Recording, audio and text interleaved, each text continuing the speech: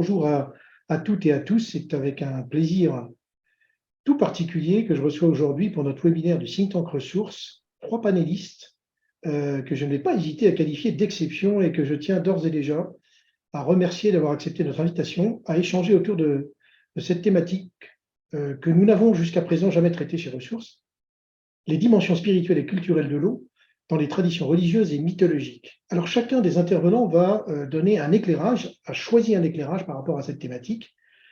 Et tout d'abord, je souhaiterais faire une rapide présentation des profils respectifs, en commençant par vous, Agathe Euzène.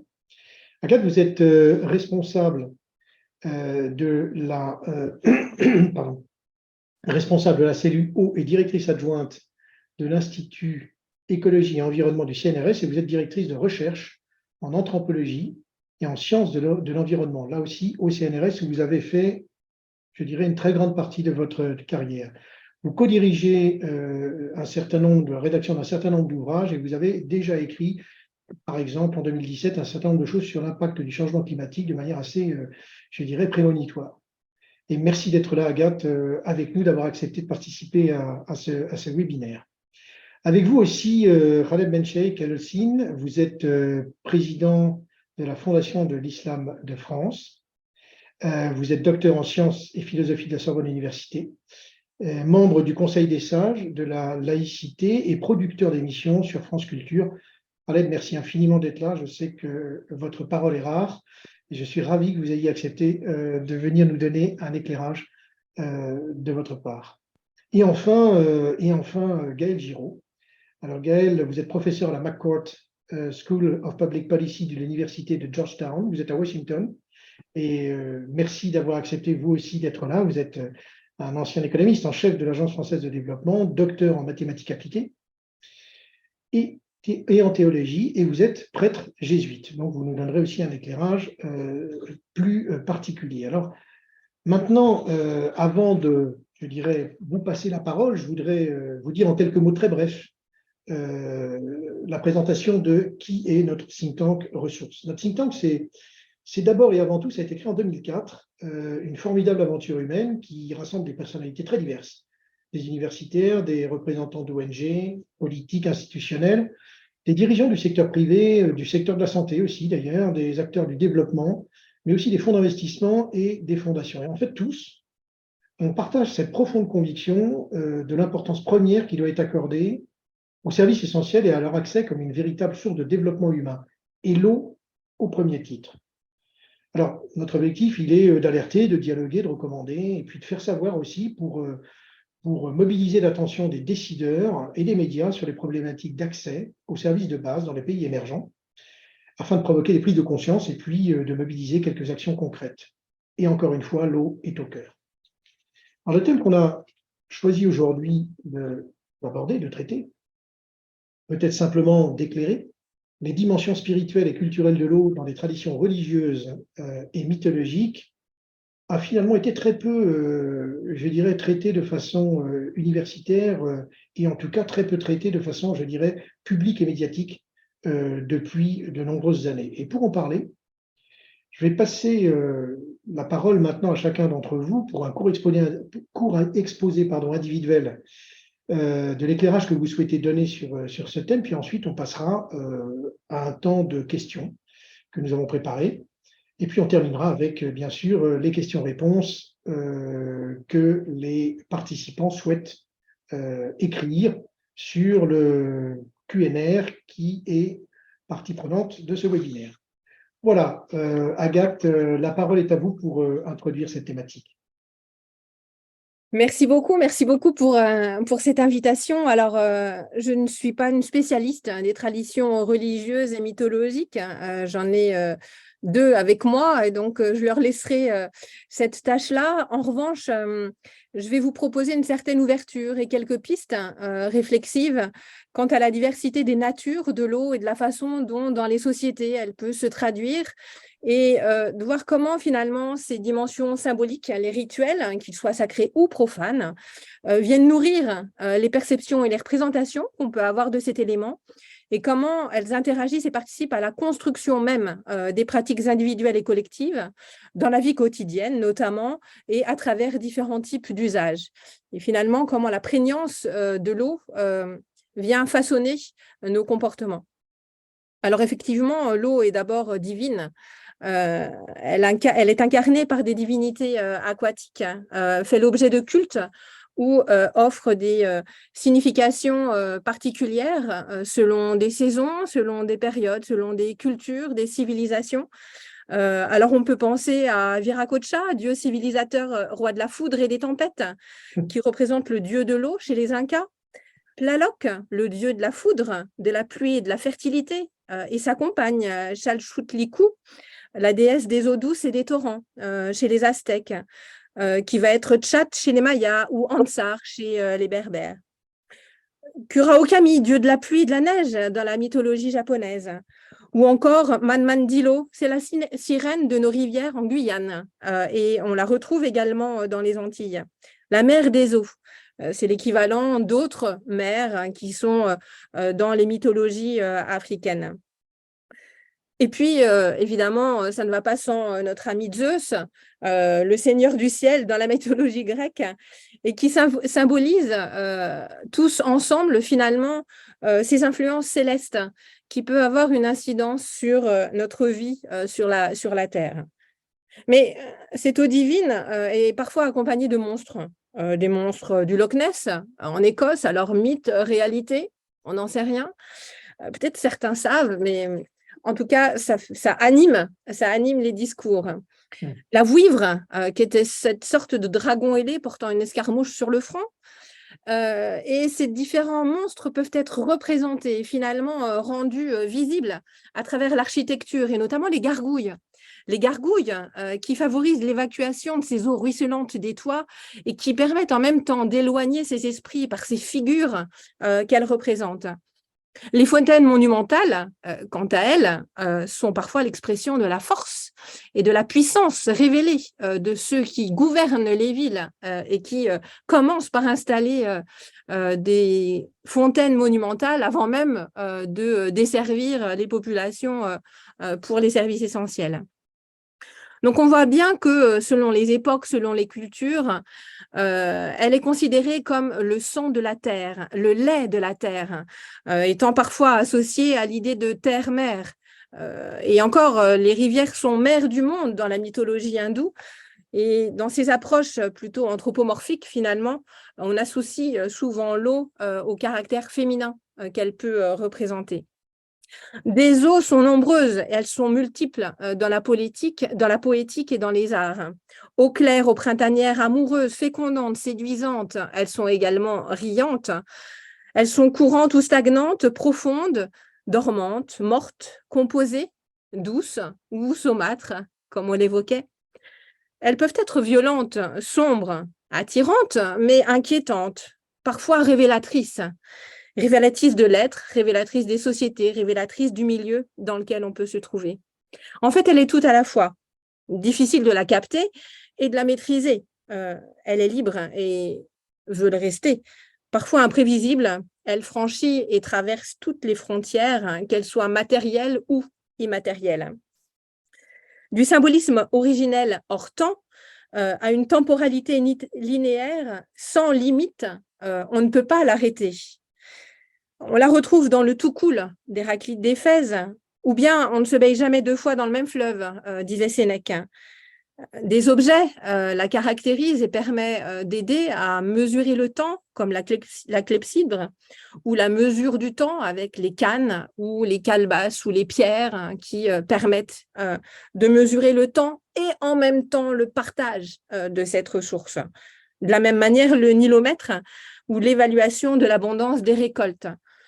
Donc, par ces objets qui utilisent et caractérisent l'eau, on est dans ce rapport à la temporalité.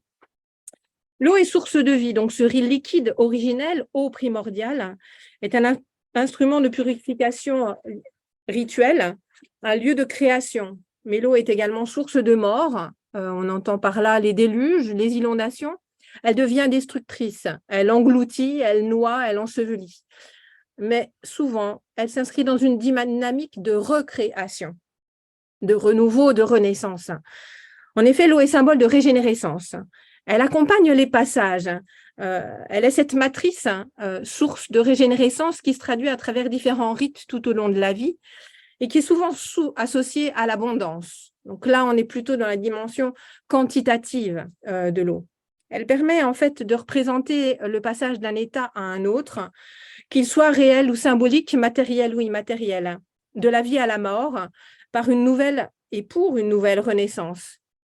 Elle est aussi, à travers les rêveries et l'imagination, source de contemplation qui conduit jusqu'au mythe de Narcisse, ou même nous confond avec Ophélie. Contempler l'eau, c'est s'écouler, c'est se dissoudre, c'est mourir, dirait Gaston Bachelard. Des sources sacrées, on les considère souvent par leur abondance et souvent en fonction de la qualité et des vertus qu'elles peuvent nous transmettre. On va souvent associer les eaux de jouvence à certaines eaux de source qui sont rafraîchissantes et revivifiantes et qui nous assurent une certaine jeunesse éternelle. L'eau peut être également guérisseuse et thérapeutique de par sa composition et ce qu'elle peut nous traduire par le fait qu'on va la consommer, on va la toucher, on va s'immerger. Le culte des fontaines qu'on retrouve partout en France et dans le monde entier est particulièrement populaire et universel. En témoigne d'ailleurs la grande diversité des croyances qui y sont associées concernant le pouvoir de ces eaux sur les éléments, la destinée, la santé, la fertilité. Ça se traduit également jusqu'aux eaux thermales. Ces eaux thermales qui sont valorisées et justement à travers les valeurs symboliques qu'elles peuvent véhiculer et qui permettent justement de les valoriser d'un point de vue économique pour une appropriation, une absorption et devenir finalement l'eau que l'on consomme. Entre croyances et bien-être, effets thérapeutiques et ressources économiques, les eaux en bouteille elles aussi révèlent finalement ces croyances, ces symboliques et ces perceptions que l'on peut capter, maîtriser et ramener dans son quotidien. Et donc là, on voit bien, on est passé de la dimension quantitative à la dimension qualitative, où là, tout est lié. Et finalement, l'eau est purificatrice. Le besoin de purification est vivace et présent dans la vie quotidienne en permanence, qu'il y ait ou non un caractère religieux finalement. Malgré tout, divers rites préparent l'entrée de l'individu dans l'économie du sacré, selon chacune des trois religions monothéistes, le judaïsme, le christianisme et l'islam, à travers les pratiques d'ablution, d'immersion, d'aspersion. L'immersion, par exemple, conduit à une purification symbolique du corps et de l'esprit et offre une régénérescence permettant de renaître dans un monde nouveau. Alors qu'il soit accompli dans un rituel sacré ou profane, le bain permet de se débarrasser du mal, des péchés, de toute forme de pollution intérieure. Alors, ce qui est intéressant, c'est que quand on entend le fait de se baigner dans le Gange, par exemple, ce Gange qui s'écoule des pieds de Vishnu jusqu'aux cheveux de Shiva, le rituel de purification pour une renaissance se pratique dans une eau qui est des plus cloacale qu'il soit, dont la qualité finalement est absolument monstrueuse. Et donc là, on voit bien qu'on peut se purifier dans une eau qui est chimiquement, biologiquement, absolument pas pure du tout, complètement polluée. Et donc du pouvoir symbolique de la purification qui dépasse la qualité mesurée de l'eau et donc qui pose la question de la salubrité des eaux. Et puis, il y a ces bains qui permettent aussi de passer d'un statut social à l'autre, du statut de l'enfance à l'adulte, de la jeune fille à l'épouse. Par exemple, chez les Soninké, communauté sahélienne, au moment du mariage, eh bien, la jeune fille va avoir un certain nombre de bains avant de rejoindre son mari.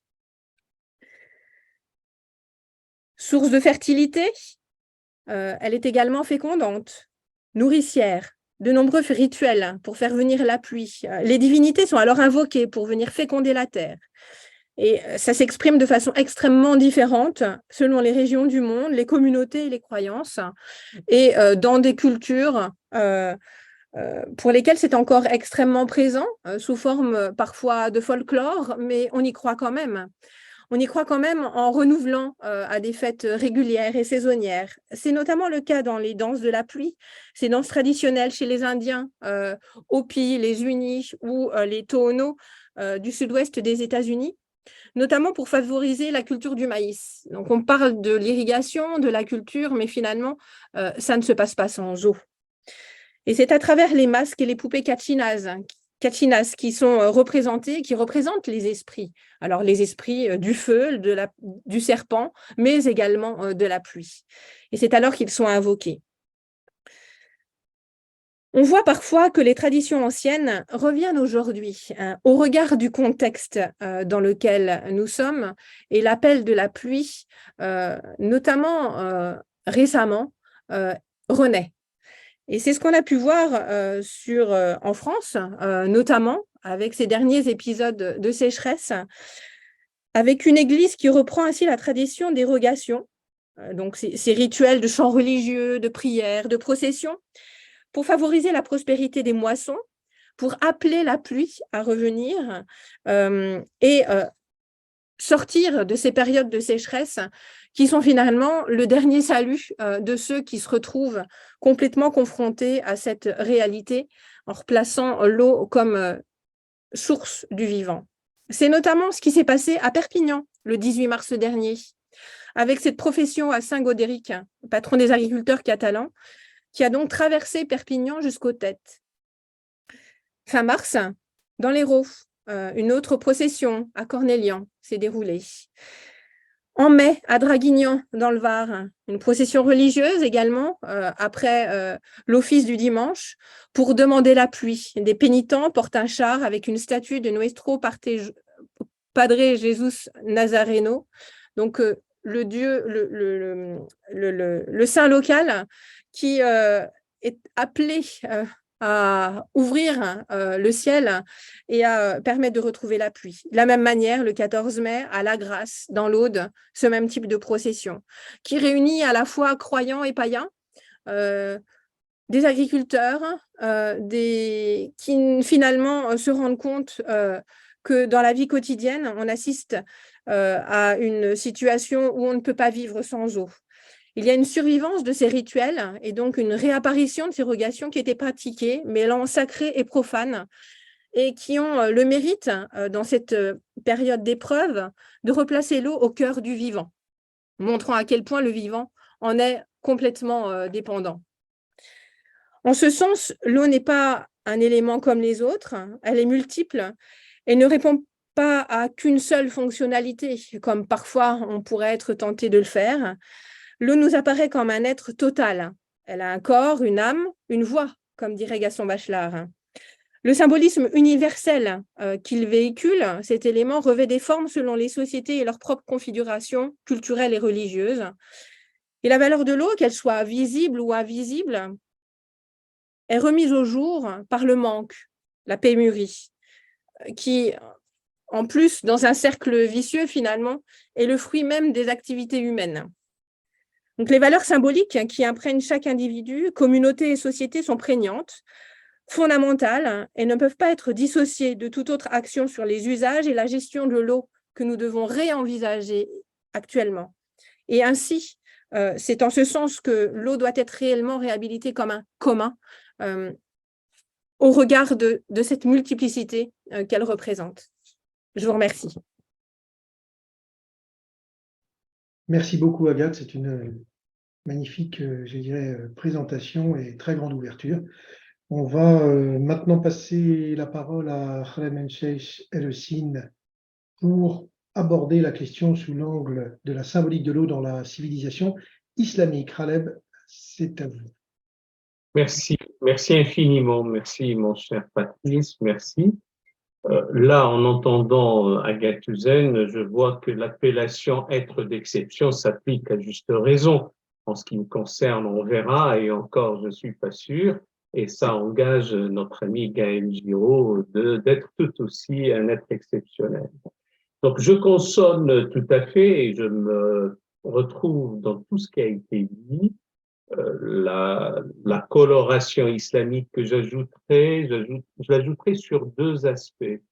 Un, théologique et l'autre civilisationnel sur le temps qui m'est imparti. D'ailleurs, l'aspect anthropologique a été très bien présenté. Deux mots sur la théologie, j'aime beaucoup cette définition, ça n'est que l'intelligibilité de la foi mise à l'épreuve du temps, disait le père Chenu, et la foi a besoin d'intelligence et d'être comprise. Fides quærens intellectum, disait saint Anselme de Canterbury. Et donc, on n'est pas tenu de prendre au pied de la lettre le récit théologique, néanmoins, il a toute une symbolique. On ne va pas prendre, encore une fois, au pied de la lettre la cosmogonie coranique. Ça n'a aucun sens avec l'astrophysique actuelle. Il n'en demeure pas moins que le récit mobilise tout un imaginaire, et là, c'est toute une durée. D'ailleurs, ce récit coranique est dans le prolongement, en tout cas du point de vue de la cohérence propre et de la logique interne, il est dans le prolongement du récit biblique. Dans cette ère suméro-babylonienne ou de la péninsule arabique de toute façon. Après, je parlerai, mais d'une manière très brève et concise, de la civilisation cette fois-ci, qui à un moment donné s'est étendue de Saragosse ou de Séville ou de Marrakech ou de Nouakchott jusqu'à l'Indus, voire aux confins de la mer de Chine, et comment le rapport à l'eau a été perçu et vécu. Revenons maintenant aux considérations théologiques. Il est clair qu'il y a toute une symbolique ambivalente. Autant l'eau est omniprésente, on dit même, avec toutes les précautions d'usage que j'ai voulu mettre en avant, que le trône divin repose sur l'eau, ce qui a poussé quelqu'un comme le roi Hassan II d'ordonner que sa mosquée, la fameuse mosquée de Casablanca, fut construite sur l'eau, en tout cas aussi près de l'eau que possible, parce que il y a un verset coranique qui parle du trône divin qui est porté par l'eau. Il est clair aussi que la création elle-même est faite d'eau et que l'insigne privilège donné à l'homme aussi est d'être porté sur l'eau, conformément au verset coranique qui dit Dieu a honoré les fils d'Adam, il les a portés sur terre et sur mer. Le fait de pouvoir voguer sur mer dans des vaisseaux est un des bienfaits dont Dieu a gratifié la personne humaine. Évidemment, ça a été si bien dit tout à l'heure par Agathe Uzen, c'est cet aspect de l'eau comme un élément vital. L'eau est signe de vie, l'eau est inhérente à la vie. Il ne peut pas y avoir de vie sans eau, forcément. Elle est symbole de fertilité, de richesse, de croissance, de reviviscence. À tout point de vue, elle est nécessaire pour le monde végétal, pour le monde animal, pour l'être humain d'une manière générale, et a fortiori, parce qu'il faut tenir compte des circonstances dites de la révélation pour le désert, pour le monde bédouin, etc. Donc c'est pour ça que la dimension verticale de l'eau, d'une manière symbolique toujours, est considérée comme une bénédiction, un bienfait, et l'eau descend comme ça du ciel, donc c'est un bienfait céleste. C'est l'eau qui aide à pousser les jardins, les graines, les céréales, les hauts paliers, etc. Si je paraphrase le Coran dans toute sa phraséologie, bien entendu. Mais il se trouve aussi que l'eau est un moyen, si je puis dire, de châtiment, à la fois par abondance ou par raréfaction. Soit il y a trop d'eau et on est dans le châtiment diluvien, soit il n'y en a pas du tout, l'eau est tarie, il n'y a plus de source d'eau et on en a besoin pour se désaltérer. Alors, les théologiens disent que l'apparent paradoxe ou cet aspect ambivalent sera rompu au paradis. Entendons-nous bien les descriptions prises au pied de la lettre du paradis ont une symbolique qui est totalement à revoir. Mais il se trouve que aussi bien pour le séjour des bienheureux du temps des Grecs, qui sont allongés sur des lits asphodèles dans les Champs-Élysées avec le fleuve du Léthé qui les fait oublier leurs méfaits, ben, le jardin paradisiaque coranique ou même biblique et a des ruisseaux, des fleuves aux senteurs de camphre, au goût formidable et qui passent sous les demeures ombragées, les palais, enfin toute une description qui flatte les sens et ces délices bien sûr paradisiaques. Et donc à ce moment-là, il n'y a plus d'aspect punitif, si je puis dire, associé à l'eau, comme ça aurait pu l'être dans ce monde ici-bas. J'aurais pu dire davantage de choses, mais je voudrais plutôt passer à l'aspect civilisationnel. Et donc, très tôt, lors de l'essor de la civilisation islamique, qui à un moment donné, sans aucune apologie de ma part, et je ne voudrais pas verser dans une approche mièvre des choses, à un moment donné, fut une civilisation impériale, une civilisation d'empire, et on en avait trois concomitants, l'Empire ottoman, l'Empire safavide, l'Empire moghol, et l'élément d'eau était central. C'est pour ça que le développement des techniques d'irrigation, qu'on appellerait de nos jours l'hydraulique, les clepsydres soulignés à l'instant par Agathe, j'ai toujours été surpris par l'étymologie du mot. Ce qui vole l'eau, étymologiquement des clepsydres, mais en tout cas la mesure du temps était associée à l'écoulement de l'eau.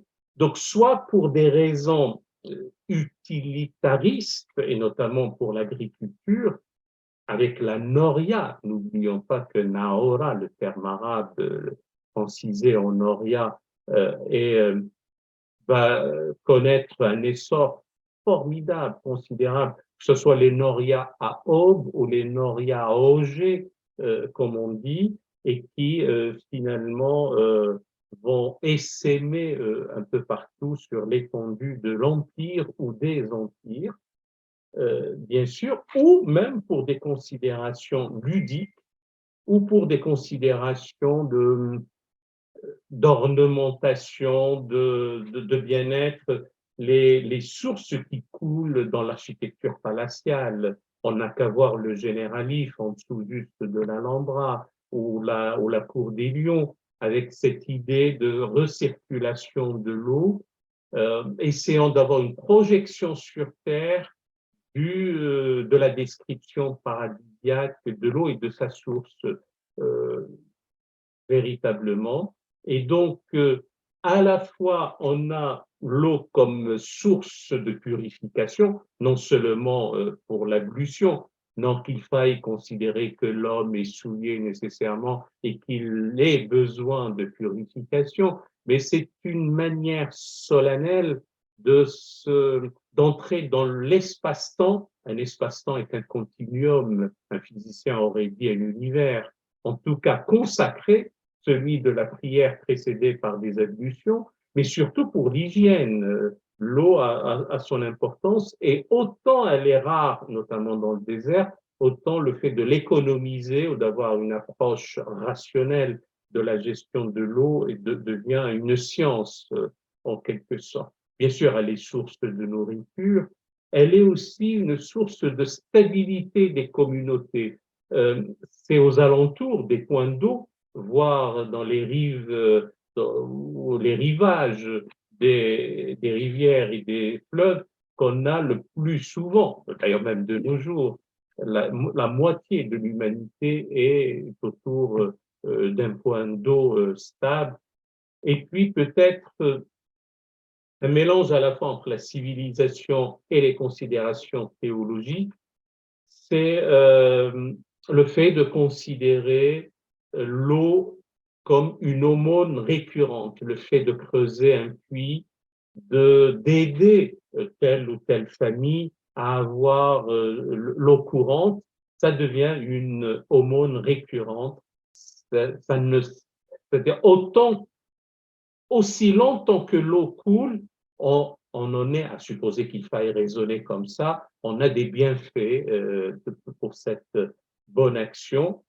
C'est pour ça, ça serait mon mot de la fin, que je considérerais, et bien sûr avec d'autres, que l'eau est un bien commun, et Gaël nous le dira davantage, au sens d'un commonwealth, d'une fortune commune, d'un bien à la fois physique, matériel et de commun à nous tous, à l'humanité tout entière. Et à ce sujet, il n'y a aucune raison de considérer que les uns puissent l'accaparer, voire comble de l'ironie et du scandale, de pouvoir la vendre, la donner d'une manière parcimonieuse ou l'utiliser comme un moyen de pression pour obtenir je ne sais quelle concession de la part de ceux qui en sont privés. Et merci. Merci Khaled de ce magnifique éclairage. Je vais demander maintenant justement à Gaël Giraud, parce que vous avez fait la transition de manière assez directe. L'éclairage de Gaël Giraud, c'est faire de l'eau un bien commun. C'est à vous, Gaël. Pardon, oui, merci beaucoup pour l'invitation. Pardon. Et merci pour ces deux éclairages absolument magnifiques, à la fois d'Agathe et de Khaled. De mon côté, je commencerai peut-être par rappeler à ceux qui nous écoutent que bon, l'un des motifs, je suppose, pour lesquels nous sommes réunis aujourd'hui, c'est qu'il y a une véritable crise de l'eau aujourd'hui. Je voudrais juste le rappeler hein, pour tout le monde. Donc, les chiffres sont assez vertigineux. En 2030, et 2030 c'est demain matin, on estime que le demand gap, c'est-à-dire le décalage entre la demande agrégée d'eau potable au niveau mondial et l'offre disponible pour les humains serait de 40%. Si nous ne faisons rien. Et ce qui veut dire qu'il y aurait, pour simplifier, 2 êtres humains sur 5 qui seraient privés d'accès régulier à l'eau potable en 2030. Donc, c'est assez impressionnant. Et l'Europe n'est pas épargnée par le phénomène, puisque d'après le World Resources Institute, qui est un think tank ici à Washington, le WRI, en 2040, un peu plus loin, mais c'est quand même juste après-demain, en 2040, les pays du sud de l'Europe pourraient perdre entre 20 et 40% de l'accès à l'eau potable dont ils disposent aujourd'hui, en particulier l'Italie, l'Espagne, le Portugal. La France n'est pas complètement épargnée, elle pourrait perdre jusqu'à 20% également de son accès à l'eau potable. Donc, c'est dans ce contexte-là, à mon avis, et Agathe l'avait rappelé tout à l'heure, de raréfaction très très rapide de l'accès à l'eau potable que nous réfléchissons, je crois. Et alors, la question de faire de l'eau un commun, à laquelle à la fois Agathe et Khaled ont fait allusion, elle se pose à l'intérieur, disons, d'un cadre de pensée qui a été très renouvelé par une économiste qui s'appelle, ou plutôt une politologue qui s'appelle Elinor Ostrom, qui a eu le prix Nobel d'économie en 2009, à partir de catégories qui viennent de la théologie chrétienne. Les économistes sont habitués à réfléchir, au moins depuis les années, disons, 1950, à réfléchir à un monde qui est composé de 2 types de biens, les biens privés, généralement gérés par le marché, et puis les biens publics, dévolus à l'administration publique. Et Elinor Ostrom a fait valoir qu'il y avait 2 autres types de biens, les biens communs et ce qu'elle a appelé les club goods, les biens à effet club, disons, comme par exemple un téléphone ou Internet ou n'importe quel réseau dont la valeur augmente à mesure qu'il y a plus de personnes connectées à ce réseau. Alors, ces catégories-là proviennent du droit, C'est le droit, en fait, qui a, au moins depuis le droit romain, en fait, qui a fait la distinction entre la res privata, la chose privée, et la res publica, la chose publique, et puis qui connaissait déjà, à l'époque du droit classique romain, par exemple dans le Codex de Justinien, qui connaissait déjà la res communis, la chose commune.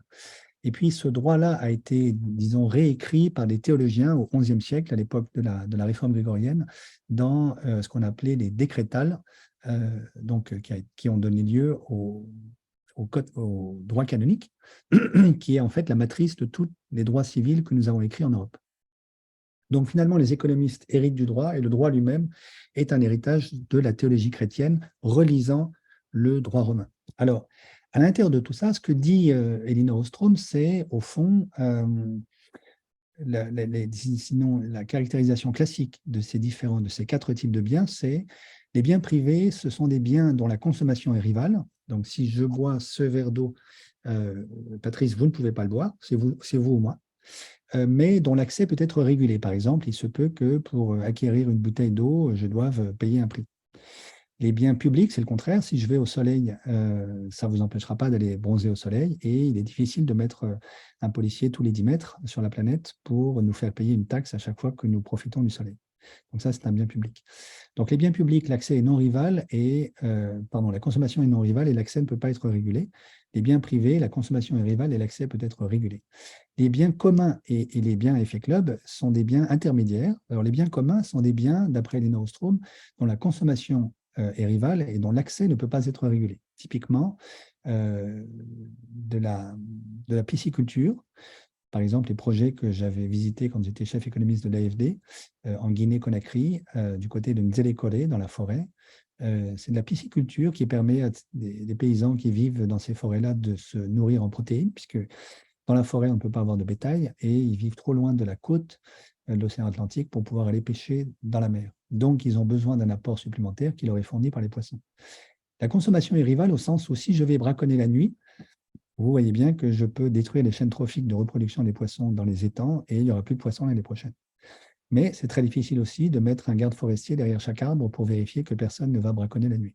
Donc, l'accès ne peut pas être régulé facilement. Ça, c'est un bien commun. Voilà, il y a un bien effet club, c'est le contraire. C'est un bien dont la consommation n'est pas rivale, mais dont l'accès peut être régulé. Par exemple, un club d'échecs. Si j'entre dans un club d'échecs, il se peut qu'on me demande de m'acquitter de frais d'inscription. Bon, ça, c'est la régulation de l'entrée. Mais je ne priverai personne de pouvoir jouer aux échecs. Au contraire, j'apporterai un membre supplémentaire avec qui quelqu'un pourra jouer aux échecs. Donc, on a ces quatre types de biens et ce qu'a fait Elinor Ostrom, au fond, c'est faire la promotion des expériences très concrètes de communautés, de régions, de villes, de pays dans lesquels on a géré un certain nombre de ressources comme des communs. Et donc, la grande question, à mon avis, qui se pose à nous aujourd'hui, face à la raréfaction de l'eau potable, en tout cas, c'est peut-on la gérer comme un commun? Alors, il y a eu beaucoup d'expériences politiques qui ont été lancées dans cette direction. Vous vous souvenez certainement en Bolivie de la grande bataille de l'eau autour de Cochabamba. Il y a eu également des grandes bagarres sur l'eau à Naples en 2010-2011 autour de ce qu'on a appelé en italien la remunicipalizzazione dell'acqua, la remunicipalisation de l'eau, où les Napolitains s'étaient opposés à la privatisation de l'eau et avaient demandé qu'elle fût remunicipalisée. Et puis, il y a un grand juriste italien, Stefano Rodotà, malheureusement décédé, qui a proposé d'inscrire dans la Constitution italienne le fait que l'eau soit un bien commun. Alors, il n'y est pas parvenu. Il y a eu une initiative analogue en France il y a quelques années, lancée par quelques sénateurs, qui n'a pas abouti non plus. En revanche, il y a un pays européen qui a inscrit dans sa Constitution le statut, qui a accordé dans sa Constitution à l'eau le statut de bien commun, c'est la Slovénie. Donc, il y a aujourd'hui une quinzaine de pays dans le monde qui ont déclaré dans leur Constitution que l'eau devait être un bien commun. La plupart d'entre eux sont en Amérique latine et en Europe, comme je disais, il y a la Slovénie. Alors, je crois que c'est très intéressant parce que ça ouvre toute une série de perspectives juridiques, à l'évidence, ce qui n'est pas tout à fait mon domaine, économiques, bien sûr, politiques, anthropologiques, intellectuelles, religieuses et spirituelles, pour le continent européen, à mon avis, qui sont tout à fait fascinantes. Alors, du côté des traditions chrétiennes, qui en fait sont sous-jacentes à tout ce que je viens de dire à l'instant, puisque toutes les catégories qu'utilisent ces économistes viennent du droit, comme je l'ai dit, qui lui-même vient en fait de la théologie chrétienne du XIe siècle. Du côté de la tradition chrétienne, alors à la fois Agathe et Khaleb en ont parlé, je crois qu'on peut ajouter à ce qui a déjà été dit l'élément suivant, si vous voulez, c'est que vous prenez la Bible comme un ensemble de livres, ce qu'elle est en vérité.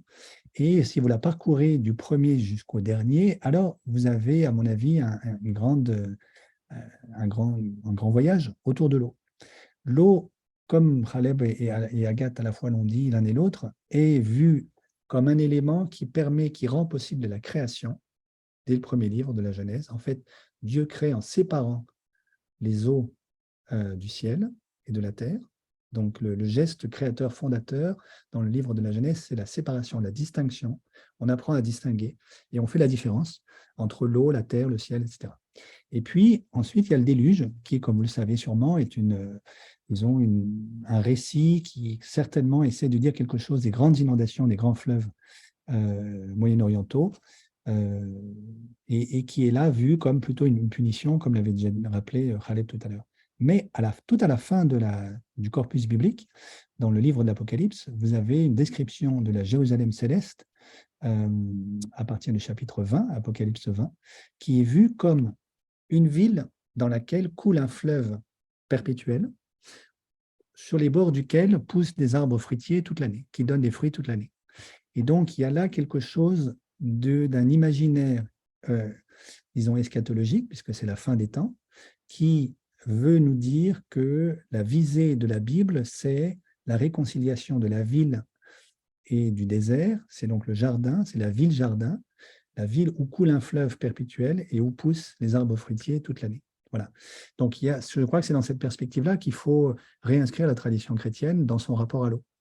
Disons, un rapport d'apprivoisement progressif tout au long de l'histoire de la création, avec d'abord la séparation, puis, comme ça a déjà été dit, un rapport, disons, une relation, disons, mortelle, ça c'est le déluge, et puis un apprivoisement progressif de manière à rendre possible la vie de jardin. Alors, à l'intérieur de ça, est-ce que les communs, quel est le rôle joué par les communs? En fait, il est fondamental. Et on entend ça dans un livre du Nouveau Testament qui s'appelle Les Actes des Apôtres. Pardon, excusez-moi, Les Actes des Apôtres. Les Actes des Apôtres nous décrivent les premières années de la première communauté chrétienne après la mort et la résurrection du Christ, qui est racontée dans les évangiles.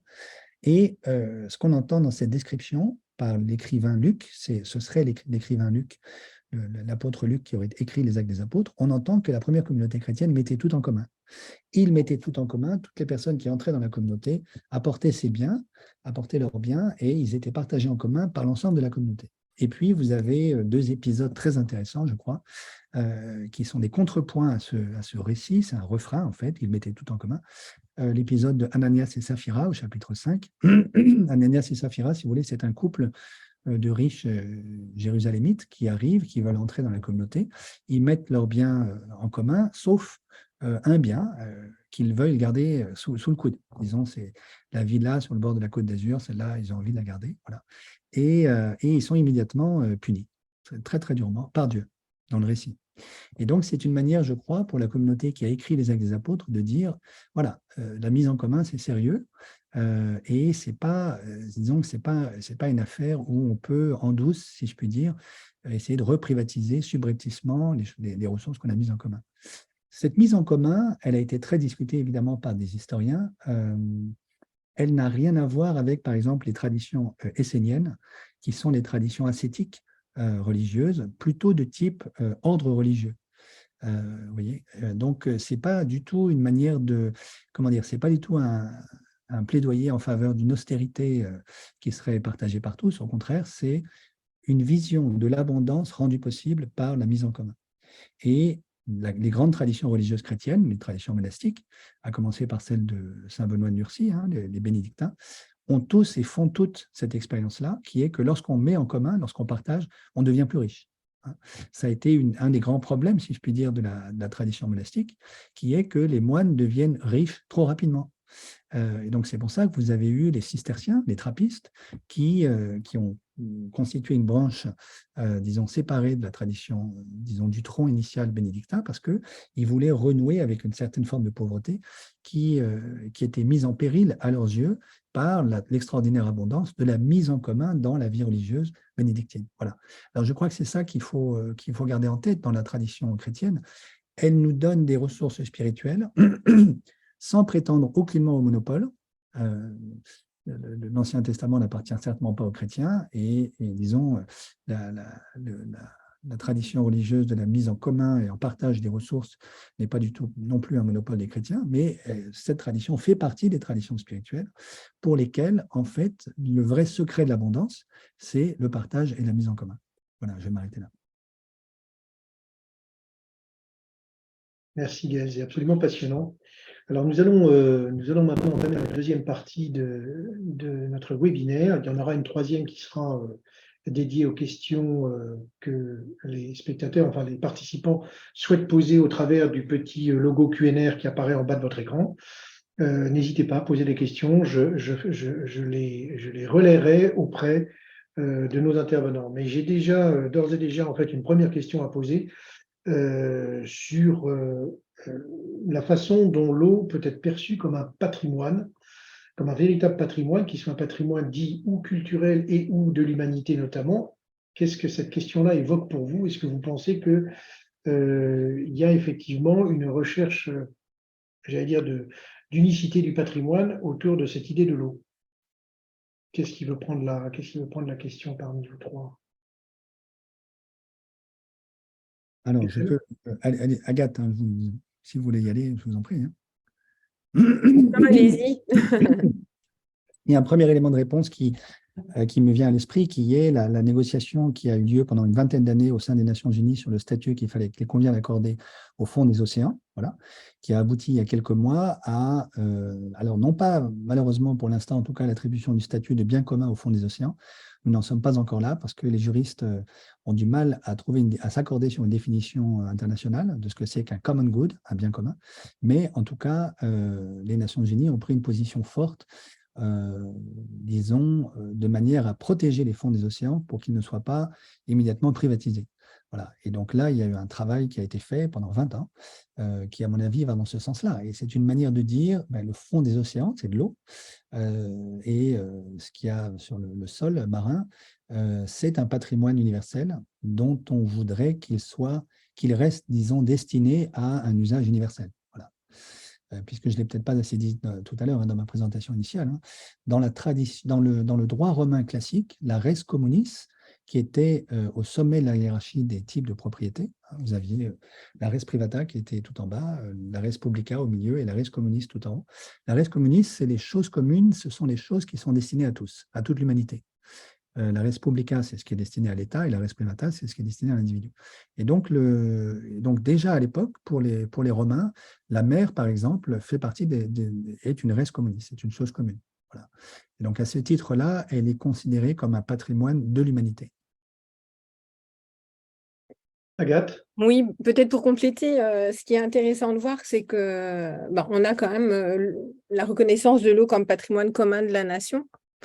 L'eau douce, hein, dès à présent, et que c'est inscrit dans la loi, notamment dans le Code de l'environnement, hein, la loi 92 sur l'eau, et donc qui marque en fait tout un processus à la fois associé à des conférences internationales de questions du droit à l'eau, aux services essentiels, du droit de l'homme, l'eau étant reconnue comme le droit à l'eau est un droit de l'homme. Ça c'est en 2010 que ça a été reconnu par l'Assemblée générale des Nations unies.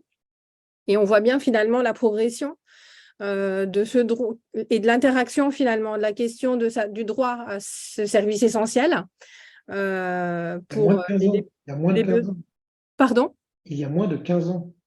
Et oui, c'est très récent et il faudrait que ce soit mis en œuvre pour de vrai dans toutes les régions. Et on voit bien, malgré tout, l'évolution quant à la façon dont on va considérer et la valeur qu'on va attribuer à cette ressource et des différentes tendances, justement, de certaines parties prenantes qui peut conduire à cette volonté de s'approprier cette ressource parce qu'on va lui attribuer une valeur par sa raréfaction notamment. Alors que on pourrait envisager justement le fait de la partager puisque elle est pas suffisamment abondante, on va dire, par tout le monde dans l'absolu, parce que Enfin, non, dans l'absolu, elle est présente, mais en revanche, localement, elle peut créer des distensions, susciter un certain nombre de conflits, parce qu'elle n'est pas toujours là au moment où on en a besoin, dans la quantité qu'on veut, et ça nécessite de la partager entre l'amont, l'aval, entre ce qui coule, ce qui est visible, ce qui est invisible. Et ça a forcément également une incidence, non seulement en termes de disponibilité de quantité, mais également par rapport à la qualité de l'eau. C'est-à-dire qu'il faut aussi la préserver en termes de qualité et limiter le maximum les pressions pour justement la préserver et qu'elle soit au bénéfice de tous. Oui, alors en fait, on n'a pas du tout fait de distinction jusqu'à présent. Je voulais quand même le relever parce que ça, c'est un peu mon passé qui revient et qui est aussi un peu mon présent aujourd'hui quand même. Mais on n'a pas distingué la ressource du service de la ressource. Donc, je voudrais quand même qu'on fasse bien ce distinguo. Pour l'instant, on a beaucoup parlé évidemment de la ressource en elle-même. Le service de la ressource, oui, forcément, il a un prix, que ce prix soit tarifé en privé, en public, comme vous voulez, ou mixte ou pas. Il y a un coût tout simplement sur le service. Par contre, effectivement, la ressource est parfaitement en ligne droite de ce que vous avez dit. Khaleb, j'ai une question pour vous sur la symbolique antinomique de l'eau, qui est à la fois en fait une vraie source de vie et en même temps une source de mort. Et comment est-ce qu'on peut arriver à concilier ça? Est-ce que c'est conciliable? Est-ce que c'est des oppositions qui restent fortes et qu'on ne peut pas rapprocher? Comment est-ce que dans, je dirais, la symbolique de la civilisation islamique, on arrive à concilier ces choses-là? Mon cher Patrice, il y aurait deux réponses. La première est dans le cadre de la foi, et la foi relève de la conscience émotive, comme disent certains, et puis il y a l'approche purement anthropologique positive au sens de compte. Dans le premier cas, il suffit d'agir bien ici-bas pour ne pas être puni, si je puis dire. Donc faire le bien, agir en sollicitude, en prenant l'intérêt d'autrui, aimer, agir comme on a envie d'être traité, la fameuse golden rule, la règle d'or, ne fais pas autrui si tu n'as pas envie que tu subisses. Et ainsi, Dieu n'étant pas injuste, ben vous ne serez pas châtié. Et encore, Dieu dans sa transcendance n'a pas de compte à rendre. C'est pour ça que il y a toute une approche laudative, de prière, etc. Mais dans l'absolu, il suffit plutôt de vivre bien, de faire œuvre pie et d'agir avec droiture, et ceci est corrélé à la foi. Du point de vue de l'anthropologie positive, c'est tout simplement ne pas agir ou compromettre davantage le dérèglement climatique, parce que dans certains cas, vu le non-respect de l'environnement, ça nous donne des calamités, des catastrophes, tantôt des incendies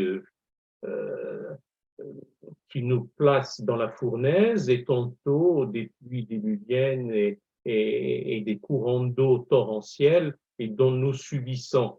Et donc, à un moment donné, à l'homme, à l'être humain, de voir les conséquences de ses actes, de son comportement, de sa conduite. Et de ce point de vue-là, et la sagesse, les hommes reviennent au bon sens quand ils ont tout essayé, selon un vieil adage. Eh bien, je crois que c'est l'objectif numéro 6 des fameux ODD, des objectifs de développement durable. Eh bien là, on aura d'abord à prendre en considération la parcimonie de l'eau ou sa raréfaction pour l'ensemble des humains.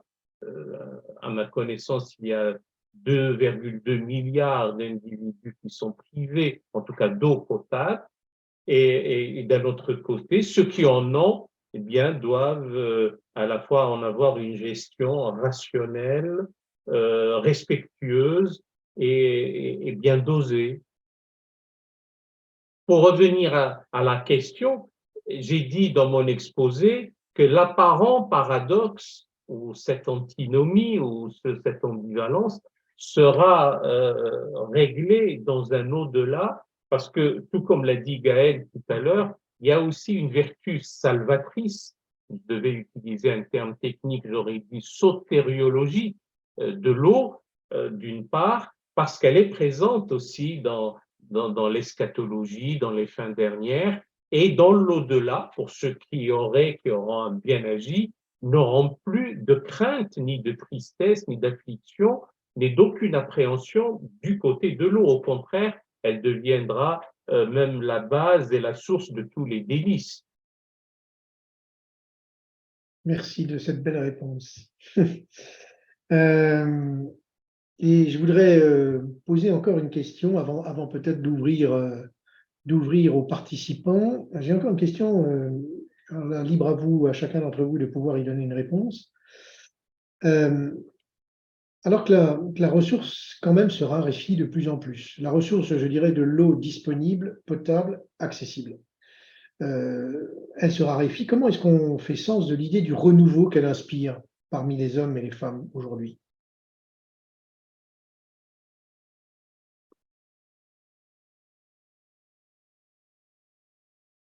Gaël, est-ce que vous êtes inspiré par cette question? Oui, oui. Il me semble que, bon, je crois que beaucoup de nos pays aujourd'hui font l'expérience que disons, la crise écologique que nous traversons aujourd'hui et que nous allons traverser pour les décennies qui viennent, met en péril toute une série d'écosystèmes naturels. Hein. Bon, pour la France, disons, le sud de la France, tout le sud de la Loire fait déjà l'expérience aujourd'hui du fait que nos écosystèmes sont transformés par le réchauffement climatique. Bon. Et l'eau, du coup, devient l'élément qui permet à la fois de ralentir le réchauffement, de sauver ce qui peut l'être, de réparer, etc. Donc, elle est vraiment un lieu disons, de régénération des écosystèmes qui nous permettent de vivre. Je crois aussi qu'on est un petit peu comme dans le cadre de la pandémie du coronavirus, hein, on est en train de faire l'expérience que nous dépendons tous de l'eau et de la même eau. Alors, je voyais tout à l'heure Agathe boire un verre d'eau, je pensais à ça. Un verre d'eau sur 5 que nous buvons provient de l'eau, de l'évapotranspiration des arbres de l'Amazonie. Et donc, en un sens, on pourrait dire « je suis l'Amazonie » parce que je suis mon corps qui est plein d'eau, de cette eau que je bois tous les jours. Et cette eau provient en partie, au moins, de l'Amazonie. Et donc, là, on fait l'expérience comme on l'a fait pendant la pandémie. Pendant la pandémie, nous avons tous pris conscience du fait que l'état de santé d'une famille chinoise à Wuhan concerne le monde entier. De la même manière, ce qui se passe autour de l'eau en Amazonie, ou on pourrait prendre l'exemple de la forêt du Congo ou de la forêt d'Indonésie, nous concerne tous, puisque sans cette eau-là, je perds, en tout cas pour l'Amazonie, un verre d'eau sur 5. Voilà. Et donc, voilà, je crois que c'est ça le paradoxe. Et je pense que inconsciemment ou non, on fait petit à petit cette expérience-là, que nous en dépendons tous et que cette dépendance peut être un calvaire, mais ça peut être aussi une source de régénération, en particulier dans le contexte de réchauffement climatique. J'étais en Italie il n'y a pas très longtemps et l'Italie fait en ce moment à toute vitesse cet apprentissage, à la fois à cause des inondations gigantesques dont on a parlé, hein, qui ont ravagé l'Émilie-Romagne, l'Émilie-Romagne en français, et puis à cause de la sécheresse, qui frappe encore plus durement que le sud de la France. Peut-être, si on pouvait, enfin, moi j'aimerais compléter avec la nécessité finalement de réhabiliter la notion de cycle de vie et de cycle de l'eau. Et du coup, on a un parallélisme par rapport à ça qui était complètement transversal avec chacune des deux interventions, il me semble. Et je pense que la réalité à laquelle nous sommes confrontés, qui n'est plus du virtuel dans nos contrées, alors même qu'on avait l'habitude finalement de ne pas se poser la question de la disponibilité de la ressource puisqu'elle était là. On savait bien que de temps en temps, de façon conjoncturelle, l'été, on allait manquer d'eau à un endroit ou à un autre, surtout là où il fait un peu plus chaud.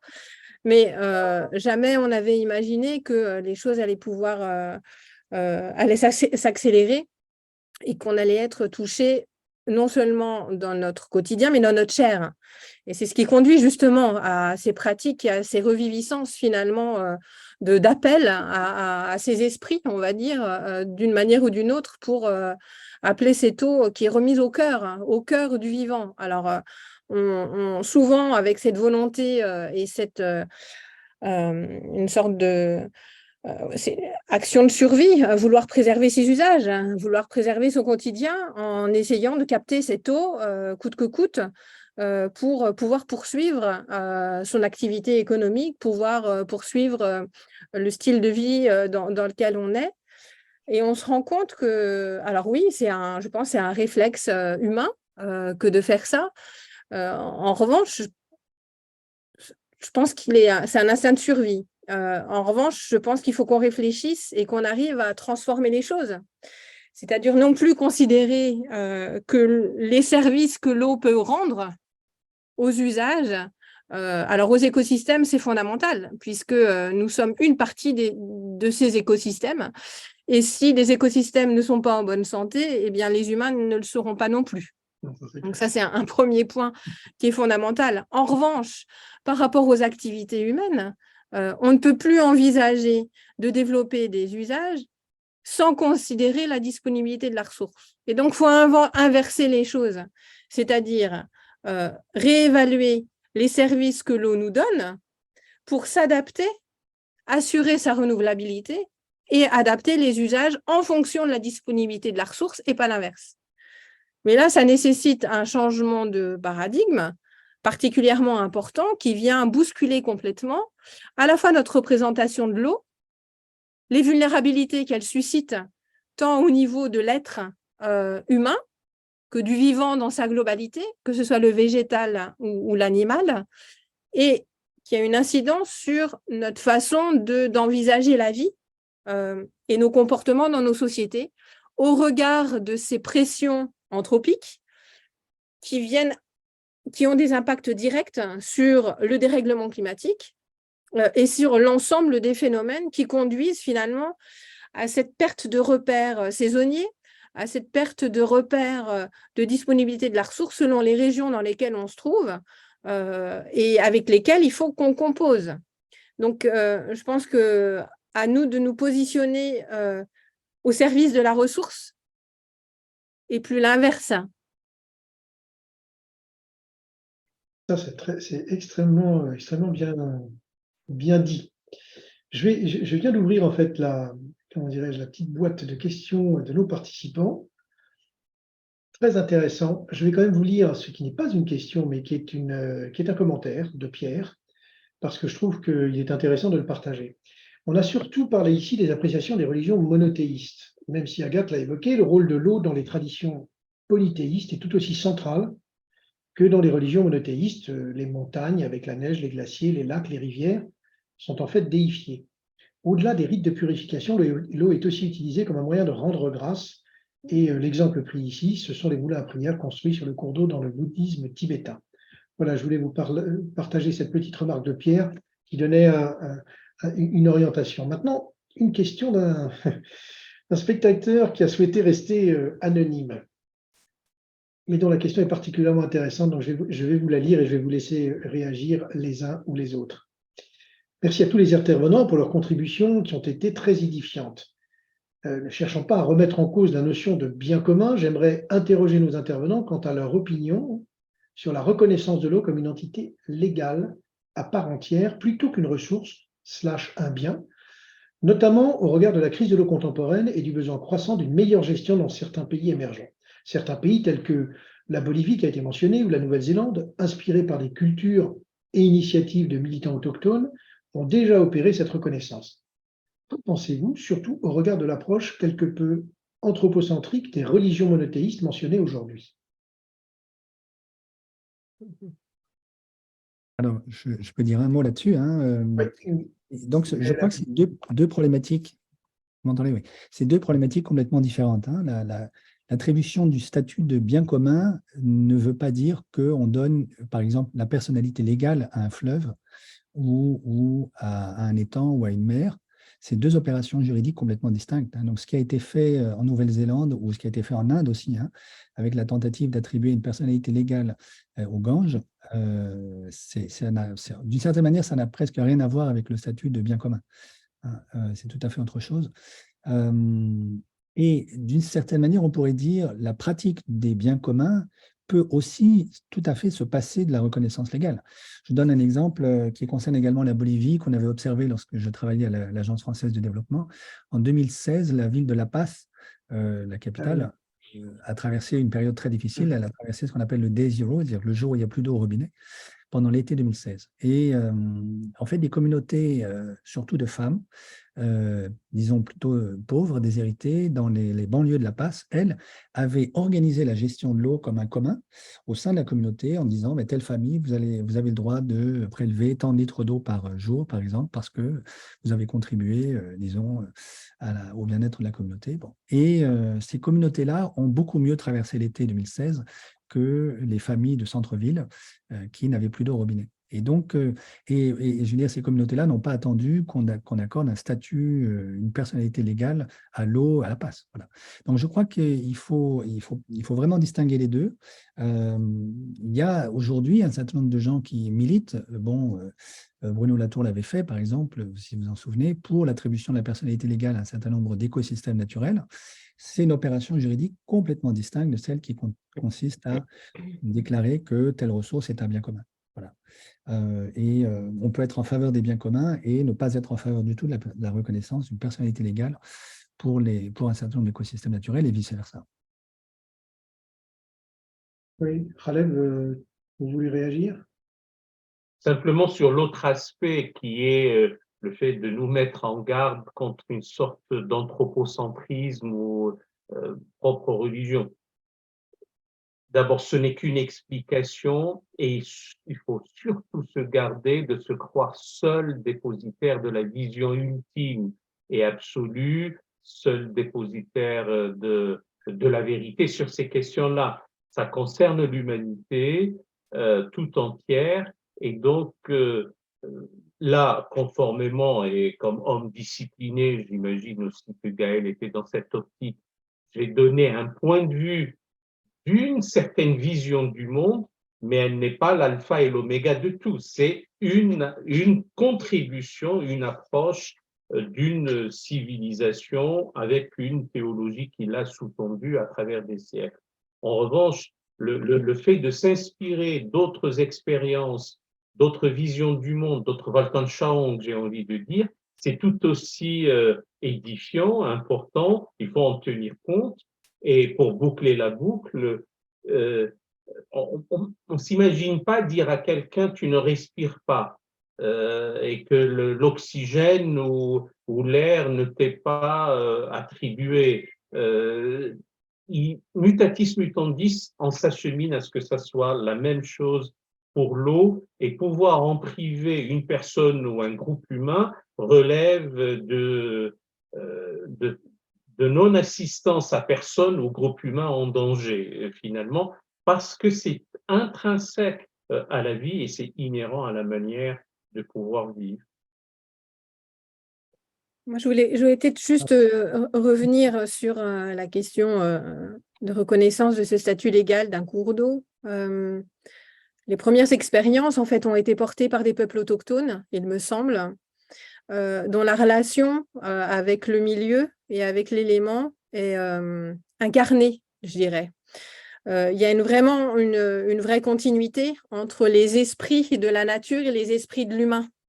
Et l'esprit du vivant fait cette continuité. Et je pense que c'est la volonté de préserver leur peuple même, tout en voulant préserver le cours d'eau, qu'ils ont milité pour qu'il y ait cette reconnaissance-là. Ce qui signifierait qu'à la fois, il y avait une pression par d'autres sur la préservation de ce milieu. Donc, qui sont ces autres? Et quelle est la réglementation nationale ou internationale qui n'a pas joué son rôle pour justement préserver ce milieu-là?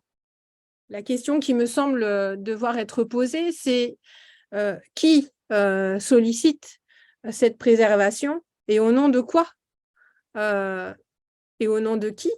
se positionner pour donner ce statut légal à un cours d'eau en le considérant comme, voilà, c'est l'humain et le non-humain. On est dans ce registre-là. Mais en même temps, de quel droit, moi, d'une certaine façon, je me réapproprie. Est-ce que ce n'est pas non plus une forme de réappropriation par un certain groupe d'humains de revendiquer la nature d'un non-humain, qu'est le cours d'eau? Et donc, finalement, derrière ça, une forme d'appropriation plutôt que le fait de s'assurer que l'ensemble des réglementations préservant ces ressources-là, on en a un certain nombre. Peut-être que si déjà on les appliquait, ça limiterait la dégradation, la raréfaction de ces milieux. Et donc, de quel droit je me positionne pour revendiquer le droit d'un autre qui n'a pas l'expression? Je pense qu'il faut se poser malgré tout cette question-là et que ça ne va pas de soi. Si je peux rebondir là-dessus, je suis entièrement d'accord avec ce que vient de dire Agathe. Une autre manière de dire à peu près la même chose, je crois, c'est de rappeler que si on accorde la personnalité juridique à un fleuve, disons, il faut bien que quelqu'un parle au nom de ce fleuve. Et je crois que c'est la question d'Agathe, c'est-à-dire qui va parler au nom du fleuve et qui peut prétendre être l'interprète des décisions de cette personnalité juridique. Voilà. Et lorsque dans le geste même où on accorde une personnalité juridique à un fleuve, si ça n'est pas un geste anthropocentrique, alors je ne sais pas ce que c'est. Parce que la personnalité juridique, fondamentalement, est elle aussi un concept juridique qui vient de la théologie. C'est la persona, en latin, prosopone en grec, qui est directement hérité des débats théologiques européens du IVe siècle. Merci, vous avez tous les trois effectivement répondu sur cette question. J'ai Magali qui nous pose la question suivante et qui va vous renvoyer vers les traditions chrétiennes et islamiques. Le respect du bien commun, c'est-à-dire en user avec raison, avec mesure, le laisser en bon état, est-ce qu'il est doté d'une valeur spirituelle ou donné comme mesure du comportement vertueux du croyant, de la croyance ou de la croyante, pardon, dans les traditions chrétiennes ou islamiques? Je vais laisser Khaled commencer. Khaled. Enfin, volontiers, je ne suis pas homme à me faire prier. Assurément, oui, bien sûr. On ne va pas aller dans des logiques classiques éculées et ô combien d'abus ont été commis par la phrase que je vais dire. La vertu est une position médiane entre deux extrêmes qui va dire ça, mais en réalité, c'est ne pas être dans l'excès. L'homme est à sa perte parce que il est dans des errements et il est dans des comportements excessifs. Donc, la mesure, la pondération, une manière d'agir qui soit balancée, qui soit harmonieuse, qui soit équilibrée, et le propre de l'homme lors de son passage ici-bas. C'est une grande Pâque, l'aventure humaine. Et on ne l'a réussi véritablement que lorsqu'on n'est pas dans l'excès. Alors, d'aucuns pourront objecter que la vie est aussi une passion, carpe diem et carpe noctem, certes, mais pour ce qui concerne ce bien commun ou les biens communs, il faut avoir une pensée pour autrui, laisser pour autrui. Au soir de sa vie, on plante encore des arbres pour les générations qui viennent. On creuse un puits, pas pour soi. Il est bien dit dans la tradition qu'un homme est sauvé parce qu'il est descendu dans un puits pour, dans sa propre chaussure, amener un peu d'eau pour un chien qui avait terriblement soif. Donc voilà, c'est toujours le souci d'autrui, la sollicitude et la prise en compte des autres qui doit guider. Je dis bien en principe, je ne suis pas dans une approche, je ne suis pas en train de faire une homélie, c'est ça qui, en principe, doit avoir une relation à la fois sereine, équilibrée, saine des relations avec autres et avec l'eau en l'espèce. Oui. Oui. Donc, certainement, les chrétiens diront, approuveront, enfin, évidemment, ce que vient de dire avec beaucoup de sagesse Khaled. Du côté de la tradition chrétienne, donc il y a, ou des traditions chrétiennes, parce elles sont plurielles, comme vous savez, il y a, je l'ai dit tout à l'heure, donc les Actes des Apôtres, ce qu'on trouve dans le Nouveau Testament. Ensuite, vous avez des grands textes écrits par notamment saint Thomas d'Aquin, le dominicain, vous savez, au XIIIe siècle, dans la Somme théologique, donc pour ceux que ça intéresse, dans la Seconda Secundae Quaestio 66, Thomas d'Aquin examine la question des choses communes, la res communis, et dit, au fond, c'est ça, les choses communes sont de droit naturel, et c'est ce qu'il y a de plus difficile. Parce qu'il faut qu'on s'entende, il faut qu'on discute entre nous. Donc, je suppose que les femmes à la passe ont dû pas mal discuter pour se mettre d'accord sur la manière dont elles allaient gérer l'eau. Et lorsque, à l'AFD, on a fait la promotion de la gestion en commun, surtout par les femmes, ça marche beaucoup mieux qu'avec les hommes, de l'eau, que ce soit en République démocratique du Congo, en Tunisie ou ailleurs, il y a eu évidemment beaucoup de discussions. Il faut se parler, vous voyez, pour mettre en commun un certain nombre de ressources. Bon. Et saint Thomas dit, bon, ça c'est vraiment difficile, mais c'est ça qui est le plus important en vérité. Voilà. Et la chose privée est une concession faite à la nature humaine à cause de la difficulté qu'il y a à se parler tout le temps et à se mettre d'accord. Voilà. D'ailleurs, c'était tout à fait reconnu par Elinor Ostrom, j'ouvre une parenthèse ici. Elinor Ostrom, dans ses travaux, a identifié 8 règles qu'elle a retrouvées dans toutes les communautés qui ont réussi avec succès à gérer un certain nombre de ressources en commun. Et alors, l'une de ces règles, c'est la suivante.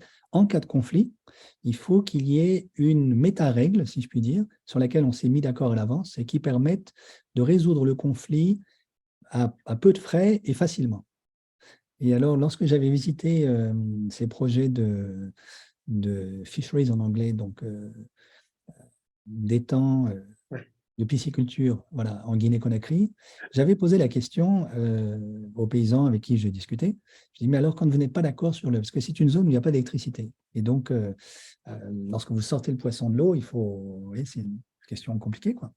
Et donc, je leur ai demandé, mais comment vous faites quand vous n'êtes pas d'accord entre vous? Elle m'avait dit, mais dans ce cas-là, eh bien, on s'est mis d'accord à l'avance, et c'est ce que dit Elinor Ostrom, sur le fait qu'on ira voir un vieux sage dans un village qui est à 20 km. Alors, il est à 20 km, ça veut dire qu'il n'a pas de conflit d'intérêt avec nous, mais il est à 20 km, c'est-à-dire qu'il n'est pas très loin, tout le monde le connaît, on le respecte. Voilà. Et donc, c'est très important qu'il y ait l'option du vieux sage. Vous voyez, alors, au fond, je crois que c'est ce que reconnaît déjà saint Thomas. Vous voyez. Bon. Et puis, dernière chose que je voudrais ajouter, il faut faire la distinction entre les choses communes et le bien commun. Ça, c'est encore autre chose. Donc, la grande tradition du bien commun, ça vient de chez Aristote, en vérité. Et donc, ça, c'est le bien suprême, si vous voulez, que nous recherchons tous, qu'on soit chrétien ou non. Et donc, les chrétiens ont mobilisé, en fait, le vocabulaire aristotélicien, grâce à la transmission par les cultures arabes, d'ailleurs, au passage, et ont christianisé, si vous voulez, le bien commun aristotélicien. Mais le bien commun, ça n'est pas les biens communs, ça ne sont pas les choses communes, vous voyez. Ce sont deux choses qu'il faut bien distinguer, à mon avis.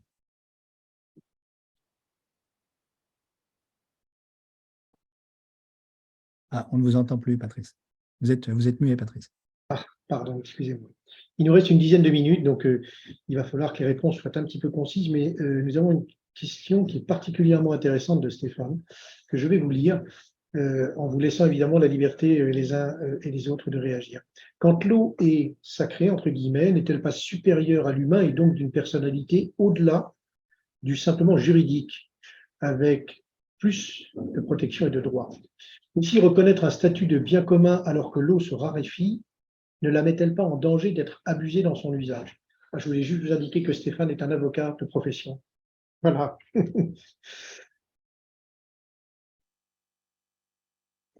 Gaël? Je vais commencer à répondre, si vous voulez. Ouais. Sur la première question, la question du sacré, certainement, la réponse, moi j'aurais tendance à dire oui. D'autant que, disons, vous avez une théologie chrétienne aujourd'hui, et juive aussi d'ailleurs, vous trouvez ça chez Emmanuel Levinas par exemple, qui interprète, qui relie les traditions bibliques comme celles de religion qui essayent de sortir du sacré pour aller vers la sainteté. Et donc bon, il faudrait beaucoup plus de temps pour essayer d'expliquer ça, mais disons, dans le monde non-croyant, c'est ce qu'avait essayé de dire Marcel Gauchet, au fond, hein, dans son livre sur le désenchantement du monde, en caractérisant le christianisme comme une religion de la sortie de la religion. Je crois que ce serait plus précis de dire que c'est une religion de la sortie du sacré vers la sainteté. La sainteté n'est pas le sacré. Donc, il y a une désacralisation du monde du côté chrétien et je crois dans certaines traditions juives. Je serais très intéressé d'avoir le point de vue de Khaleb sur les traditions musulmanes là-dessus. Et donc, du coup, oui, si on sacralise l'eau, il y a un risque pour qu'on la mette au-dessus de l'homme. Sur la deuxième question, en fait, elle renvoie, je vais être très rapide, à Gareth Harding, qui avait fait un article en 1968 sur la tragédie des biens communs, avec cette idée que si on met les choses en commun, eh bien, tout le monde se sert et on finit par détruire la ressource. L'expérience d'Elinor Ostrom montre exactement le contraire. Lorsqu'on met en commun, la communauté est responsable. Ça ne veut pas dire qu'on n'échoue pas de temps en temps, mais on échoue aussi lorsqu'on privatise, lorsqu'on transforme les choses en patrimoine public géré par l'État. On fait tous des erreurs, mais là, ça relève de l'erreur. Vous voyez, c'est pas intrinsèquement les choses communes sont dilapidées et détruites. L'expérience et l'énorme littérature académique sur ce sujet montrent exactement le contraire. Oui, Khaled. Très brièvement, parce que le débat entre sacré, la sacralité et la sainteté nous prendrait beaucoup de temps, alors que nous sommes enjoints à y répondre d'une manière concise, sachant que dans la théologie islamique, la sainteté est très parcimonieuse. Le saint par excellence, c'est Dieu, Jésus, comme Verbe de Dieu interjeté dans le sein virginal de Marie, et Jérusalem comme le lieu de la sainteté, foulé par le Christ, et aussi le lieu des tables de la loi. Sinon, le reste donne lieu à débat. En revanche, le sacré, c'est ce qu'on n'ose pas s'approcher sans subir une fulgurance, aurait dit Roger Caillois dans L'homme et le sacré. Et là, donc ça recommande de se tenir devant. Profaner, c'est se tenir juste devant le temple et ne pas entrer à l'intérieur du temple, sinon on profane en quelque sorte le sacré.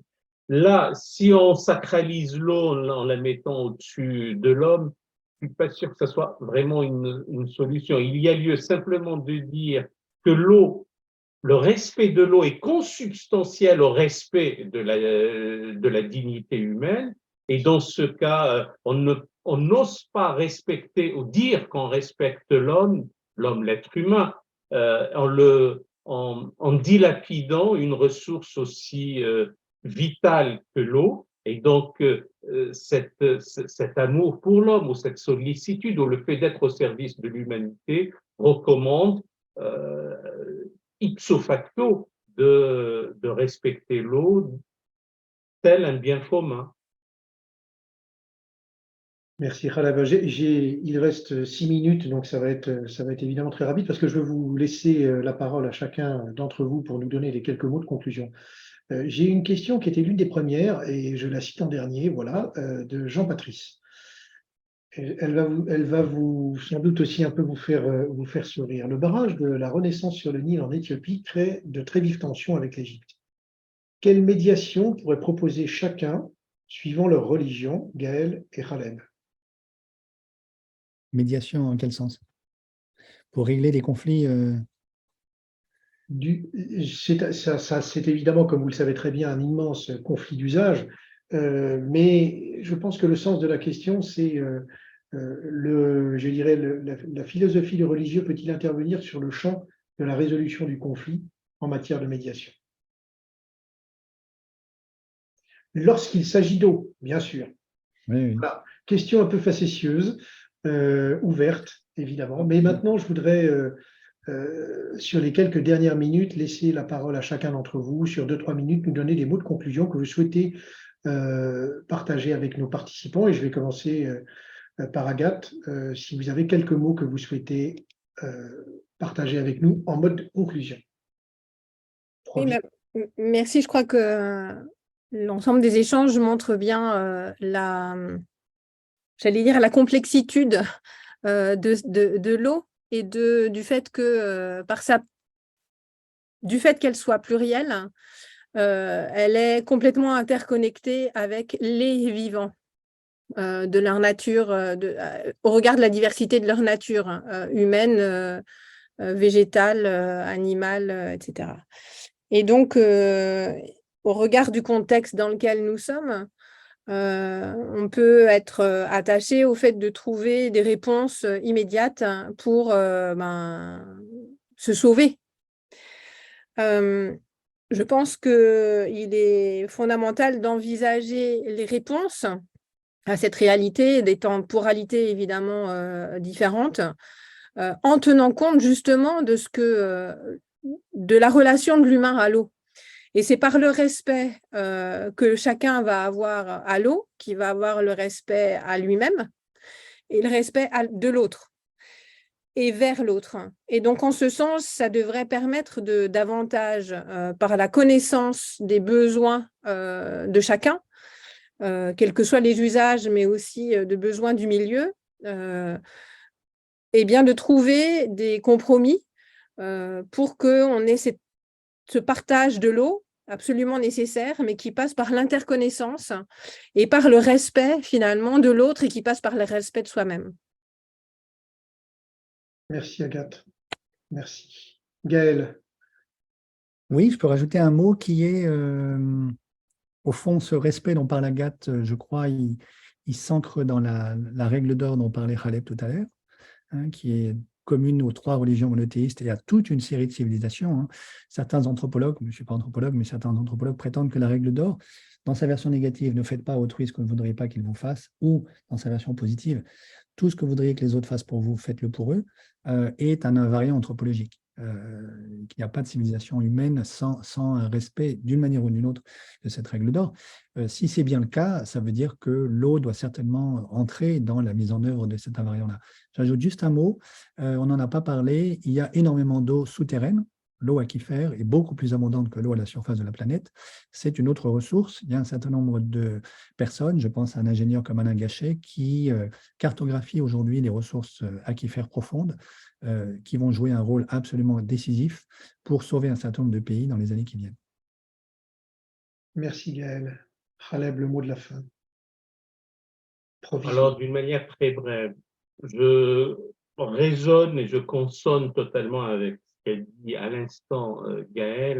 L'invariant anthropologique, pour certains, relève même de l'âge axial et qui, pour certains, ne relève pas d'une quelconque approche religieuse, parce qu'à un moment donné de l'histoire, de l'humanité, il y a cette émergence de cette notion de ne pas, que ce soit dans la forme négative ou apophatique, ou dans la forme positive ou cataphatique, comme on dit, ne fais pas à autrui ce que tu ne veux pas qu'on fasse, et l'eau en fait partie. Le second point, comme ça il n'y aura pas de troisième, ça serait un début de réponse à notre ami, pas que pour la gestion de l'eau, mais même dans les conflits, là où les hiérarques religieux, rabbins, imams, prêtres, évêques ou ailleurs, ou bonzes, eh bien, conformément à leurs références scripturaires, ils doivent aller voir les protagonistes, pour ne pas dire les antagonistes, et de leur dire, eh bien, il est dit dans tel ou tel passage, ou dans tel ou tel écrit, qu'il faut agir avec bienveillance, modération, ou rendre le bien pour le mal, ne serait-ce que quelle meilleure parole que de celui qui se dit « je me remets à Dieu, car la bonne action et la mauvaise ne sauraient aller de pair, rends le bien pour le mal, et tu verras celui dont une inimitié te séparer de lui se transformer en ami et protecteur chaleureux, mais n'y parvient que celui qui sait faire preuve d'une grande patience, et n'y parvient que celui qui est siège d'une grâce infinie ». Voilà une référence qu'on peut avoir pour ceux qui sont dans des situations de conflit, en l'espèce entre Éthiopiens et Égyptiens. Merci pour ce magnifique mot de la fin. Il est 17h30. Je voulais tous vous remercier, toutes et tous. Vous savez que vous allez maintenant pouvoir retrouver l'intégralité de ce présent webinaire sur notre site dans quelques jours et sur les réseaux, bien entendu. Alors, je vous donne rendez-vous pour ceux qui le souhaitent à une prochaine édition, qui sera la dernière avant notre break estival pour le think tank ressources et qui, je l'espère, sera tout aussi passionnante. Mais en tout cas, vous nous avez fait passer un moment magique. Encore un grand merci à notre coordinatrice Yolini André qui a été instrumentale dans l'organisation de l'événement d'aujourd'hui. Et puis à vous trois, Agathe, Khaleb et Gaël, vraiment bravo et merci infiniment d'avoir accepté de passer cette heure et demie avec nous.